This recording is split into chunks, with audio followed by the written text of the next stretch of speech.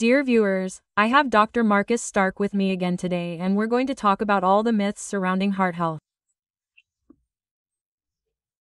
There's so much confusion about medications, combinations, blood values, and how we can really keep our hearts healthy and efficient for a long time. You'll find out more about that in our show today. Look forward to it. Hello, dear Markus. It's great to have you back with us. Thanks for inviting me. Heart health. There are so many myths about heart health. What's your biggest concern, where you think something's seriously wrong? Well, that really needs to be cleared up now. I see that the customers who come to me, they're naturally panicking about cholesterol. If it's above the reference value, so, for God's sake, I'm above the reference value. It's the same in Austria and Germany. 200 milligrams per deciliter is the limit value that needs to be roughly questioned. How did this come about? Who is behind it? What is the goal of this limit value? You throw everyone, whether top athletes, men, women, children, or the elderly, all with the same reference value, and you have to be very careful with that, and you try to lower it even further. 180, and then you would have a larger clientele who are prescribed cholesterol-lowering drugs, and I have to look at the people in general, what increases their risk of cardiovascular diseases. We know that cholesterol is not the cause, and certainly not the eggs are the cause, but rather the micro-inflammations in our vascular system. This is certainly a driving force for this inflammation. But also this abolition, or at least that's how I perceived it, that the clients only came with a total cholesterol. It was no longer possible to verify HDL, LDL. That was then also there. That would have at least been a little bit of a way to make a statement about the quality or about the statement and current state. So, now you have a lab report from you and this person. Point 1. How old are they, male or female? Menopause, andropause 40, 45, 50. Everyone's cholesterol increases. Also this so-called evil, why they have classified it as evil, that is of course good framing. Evil, evil, evil. So it has to come out, because I don't want it. Let it go. I have you. It is interesting that evolution is so stupid that we have had this stupid LDL in our bodies since we humans were born. So that is of course also good marketing by the American pharmaceutical mafia. LDL transports cholesterol to the brain. The brain is the organ with the highest cholesterol density and contains the most cholesterol. That is where every cell in the body needs cholesterol. Yes, if I now say I give them cholesterol-lowering drugs, we lower their blood cholesterol, but at the same time their cholesterol goes down and they become demented or have a high risk of dementia, no one will take it.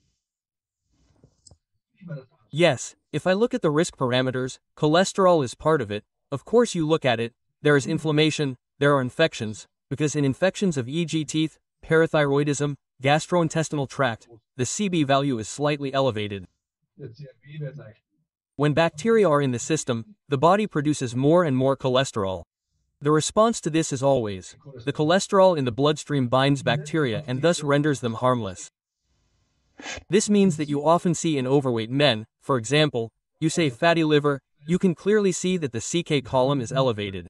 The CK column is a much higher risk factor than the cholesterol level. Then you look at the CB value or highly sensitive CB, which should definitely be below 0, the lower the better. If these are elevated, cholesterol levels rise. I have a bacterial load, which is called endotoxinemia. Then cholesterol levels rise as a rescue for our blood vessels. Because everyone should measure inflammation of the CHP, for example. It's called sensitive CB. It roughens our epithelium. Small toxins come out and my immune cells get stuck there, causing micro-inflammations and cholesterol deposits. That wasn't the cause, it's the inflammation. So that's where you have to look. Then there's a great value, e.g. the plug test. That's a special test. You can see whether there's inflammation in the carotid vessel or in the arterial vessel. Can I measure it? Ultrasound or blood? No, blood test. Aha. A blood test. If someone does an ultrasound and says, the carrot is already 30, 40, 50% blocked. Yes, what do you measure? Calcium deposits are very common, because every inflammation, even in the physical vessel, the blood vessel, leads to a calcium influx. Why do we then call it limescale? Limescale calcium influx. Okay, yes. And calcium influx is caused by inflammation. It is deposited at some point. Then, where the vessel is inflamed, my immune cells migrate with it. Look at macrophages, for example, and they eat cholesterol that is also deposited there, and oxidized cholesterol is created, or the immune cells die, which then become foam cells and the vessel slowly becomes blocked.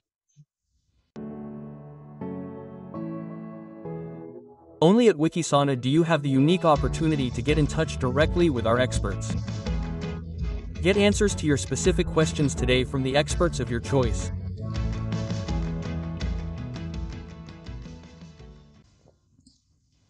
I can search there, and what very few people are looking for is, now you have the evil LDL, let's call it that. And I ask, have you ever looked at the subfractions? Well, what is that? Never heard of subfraction. The size of the LDL particles. There are LDL1, LDL2, 3, 4, 5, 6, 7. You only measure the LDL, but not how big are the particles that are floating in the bloodstream. L1 is large, L7 are the smallest, and the smaller the particles, the more dangerous it becomes, because the small particles can get stuck anywhere in our vascular system. And you have to know that, and many have 0, great, undetectable, 1 less risk parameter. Is it also the oxidized LDL that many people talk about? No, that's not the oxidized one. The oxidized one is something else again. Okay, the oxidized LDL is the LDL that enters the blood vessels, which is then eaten by macrophages and oxidized. Yes, oxidized LDL. I don't attach much importance to that, because oxidized LDL is a laboratory technique. I take a blood sample, now the sample is standing there with a lot of oxygen in the environment. Now it can oxidize very easily. You could also measure oxidized HDL, the good cholesterol, right away. I'm a little cautious about overinterpreting oxidized cholesterol. Then you look at the particle size, the plug test, yes, inflammation cholesterol. You have to measure homocysteine, which is a metabolic product.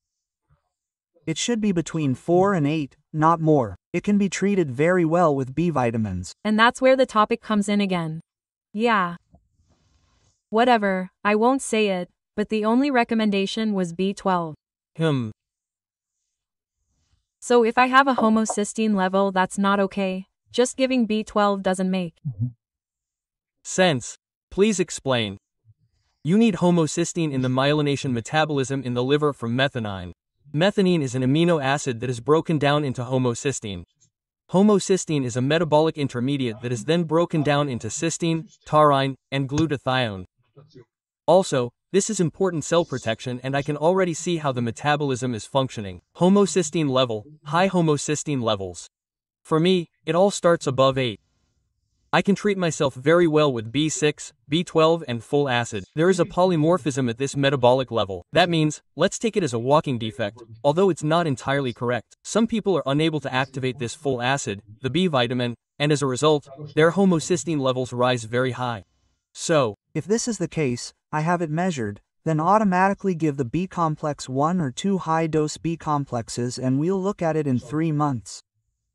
The next thing I'll look at, which is the most overlooked deficiency in the heart, is Q10. The heart contains the most Q10. Q10 is well known, ubiquinol is the active form. Every cell, every organ needs a lot of Q10 to produce energy. And if I don't get enough of it, I get a weak heart, Q10 deficiency. And those who take statins, for example, automatically get a Q10 deficiency. And Q10, from what is Q10 produced in the body? From cholesterol. Cholesterol is the parent substance of all sex hormones. Cholesterol becomes bile acid, cholesterol becomes vitamin D, cholesterol becomes sulfate. That is extremely important. Sulfate, cholesterol, sulfate. Cholesterol becomes coins in Q10. And if I now say, I block that up there because I want to lower these cholesterol levels, I block everything. Testosterone. All the exalmans, the libido is gone, fatigue, I would have dementia, the risk of dementia increases. Yes, Alzheimer patients have the lowest cholesterol levels. So cardiology is so crazy about it, and you have to think about lowering cholesterol. You have to imagine the number needed to treat. Yes, there is one for every medication. Number needed to treat. What does that mean? How many people do I have to treat with a medication for a year in order to reduce the risk of one person? With statins, that varies depending on the statin. I have to treat between 160 and 260 people for a year in order for one person to have a positive benefit. So you can see that. The rest are depressed, can't move anymore and have cognitive impairment. The rest have no reduction in risk. They swallow them for nothing. Can I take the Q10 with the Obicon ubiquinol again? Question mark. Where can I get that? So how much should I take? Somehow I went into recovery with it, where I thought, wow, somehow this feels like this is really important for everyone now. So, it sounds like a basic idea. Absolutely. It's chondroitin, and you have to explain to the viewer that there is only one disease, and that is non-functioning cells. Whether in the brain or in the heart, it's the cell that doesn't work, that can't produce energy for us. But whenever I saw Q10 on the shelf, I thought to myself, no. Something's not right there. It's also in a different form. Q10 must be produced in the body, on the one hand from cholesterol, and the second way is from the amino acid tyrosine. Aha, and I can already see that if I take tyrosine, then I also have a short. Tyrosine is also necessary for the production, and in order for me to be able to convert it into the active form that I need in the cell, I need almost all the B vitamins. So, that's a prerequisite for the body to be able to convert it. So now I'm taking statin 1, I'm reducing Q10. Biological aging is normal. I lose Q10, it decreases with age. For every doubling of life, 20 to 30% in the heart, in every cell.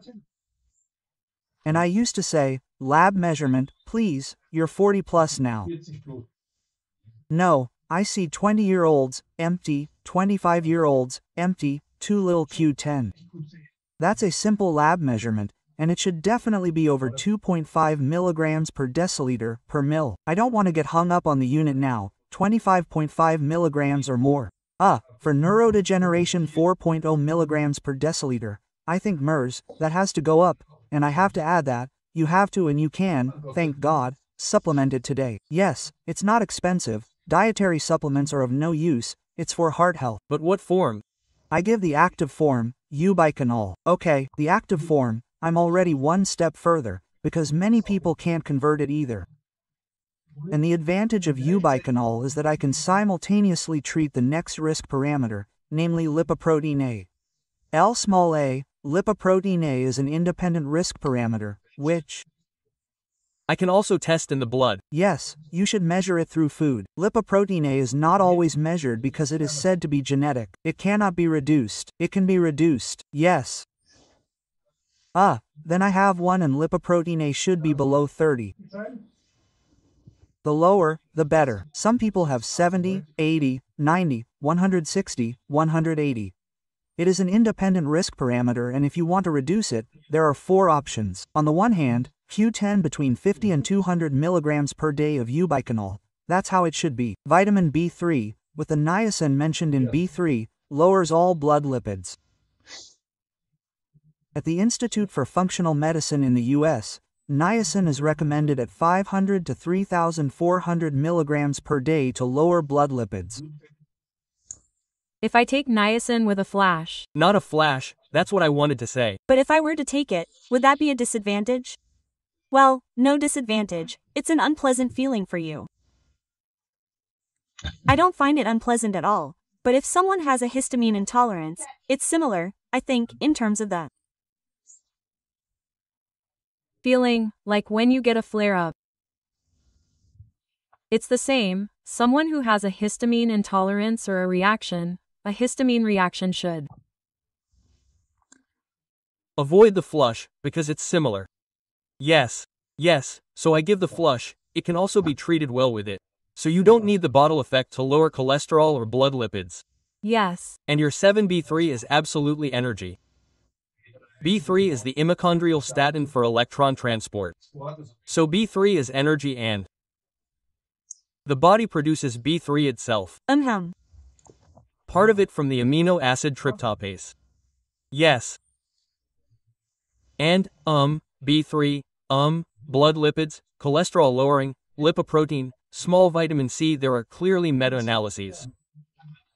The more vitamin C in the blood plasma, the lower the cardiovascular risk, in fact, significantly lower. Vitamin C is necessary for vascular stability. It's like building a house with bricks and mortar in between, so that the bricks hold together.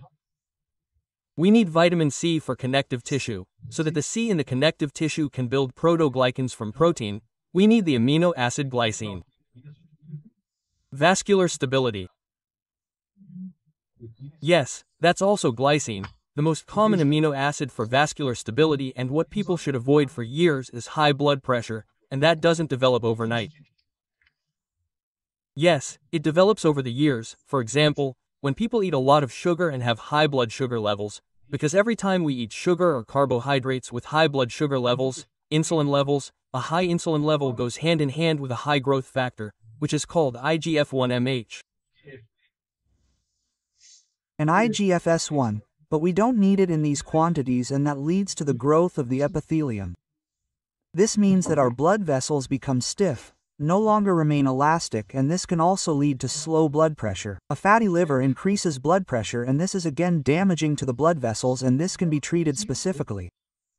Lack of exercise. We need exercise, exercise, exercise. Then nitrogen. Yes, if someone has high blood pressure, there is a lab parameter that I have them look at. It is called ATMA-AMA. Asymmetric dimethyl arginine. So, these people have a higher risk of stroke, have too little nitrogen, which is gas. We need that to dilate the blood vessels.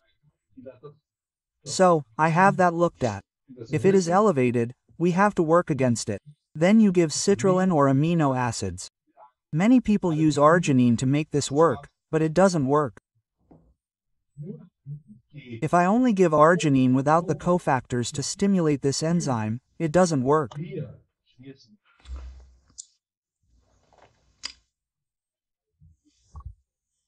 For years, people have taken ligenin, magnesium, OPC resveratrol, and you could always see an improvement relatively quickly, but of course it could also have been due to the magnesium.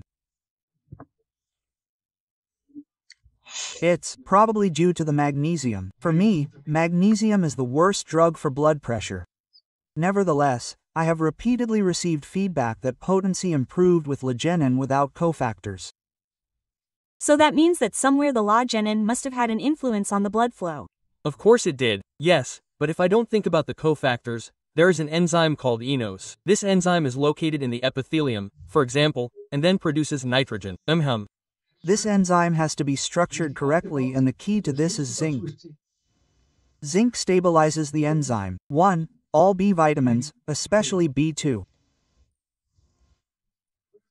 Hem group, we need a little bit of iron, vitamin C, and active whole acid. Whole acid must be present, so the enzyme is complex. If even just one factor is missing, the enzyme cannot function. Only when the enzyme is present can the enzyme produce nitrogen from arginine. That means I always give minerals B complex, sufficient zinc. And then it works. Okay. Then I make sure that it works. And who has a zinc deficiency? Insulin resistant, diabetics. Yes, zinc deficiency is extremely common. And then we see how that develops.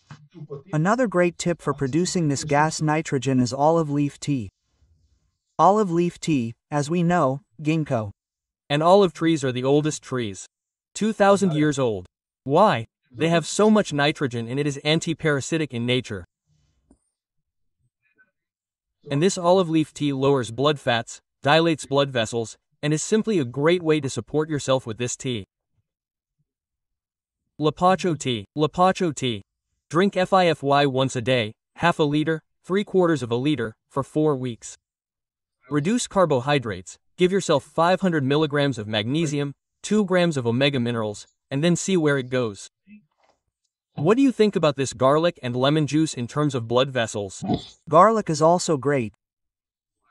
Garlic is a really great root plant, a tuber, that produces nitrogen, has an anti-parasitic effect, and has an anti-inflammatory effect. Yes, you can do it. I recommend the garlic cure. 30 cloves of garlic, 2 to 3 organic lemons. You can take them with the peel. If it's not organic, remove the peel, and make a puree of it in 1 liter of water. Drink about 2 to 3 liters of water daily. Of course, it's not always pleasant for a partner, especially if it's cold. There are 2 versions of it. Some people warm it up too. Minimize evaporation, because it evaporates, and of course that's not ideal for someone standing at the counter or for a partner, but I would say that it works better if it's cold. Okay. I lose a little bit of the active ingredient through this heating, so that's something you have to weigh up. You can also add turmeric and mix it with a little olive oil. And black pepper, but you don't have to. There's this turmeric. Yes, that's the piperine, so that I can cross the intestinal barrier. Doesn't do any harm. Doesn't do any harm. Doesn't do any harm. Yes. And these are these simple recipes. Where sometimes people come and say, oh yes, I went to the doctor here, the arteries are clear again. I did garlic and lemon juice for 3 months and I think. Yes. Excellent. This is vitamin K21. So if someone has atherosclerosis with stiff vessels, all the measures that we have just discussed, I then add something, which is usually K2 separately, combined with a little, a teaspoon of grated sesame powder.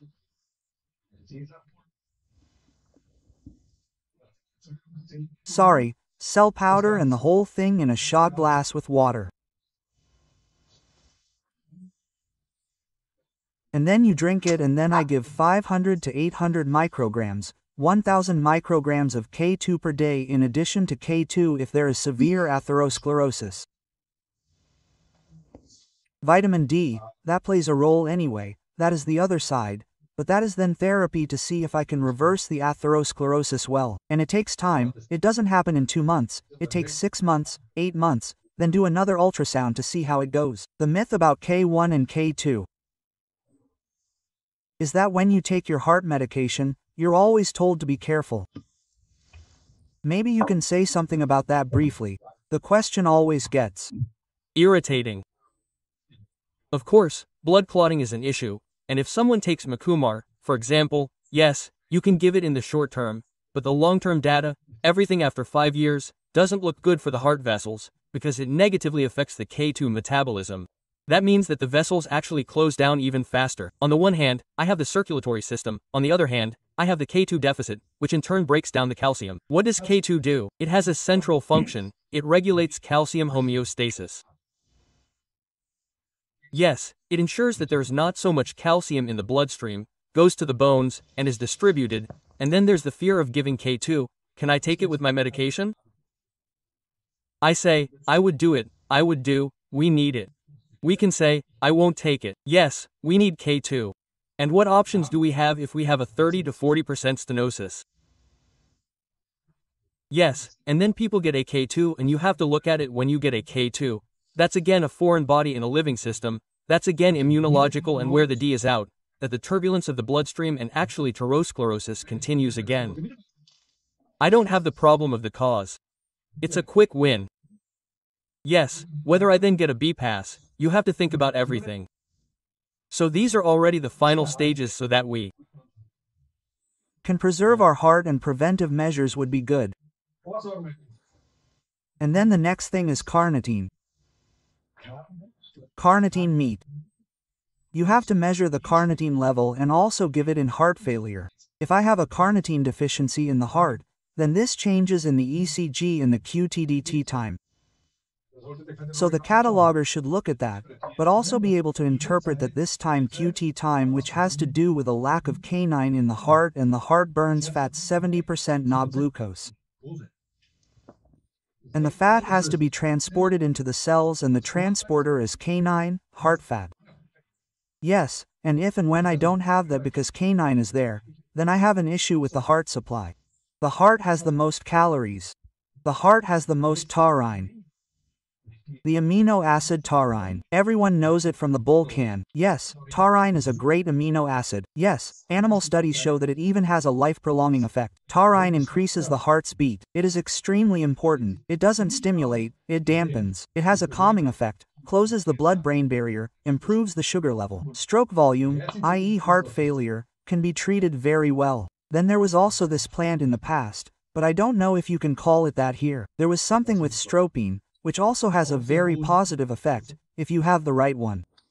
There are so many ways to intervene before resorting to heavy medication. Yes, we've done programs about that too.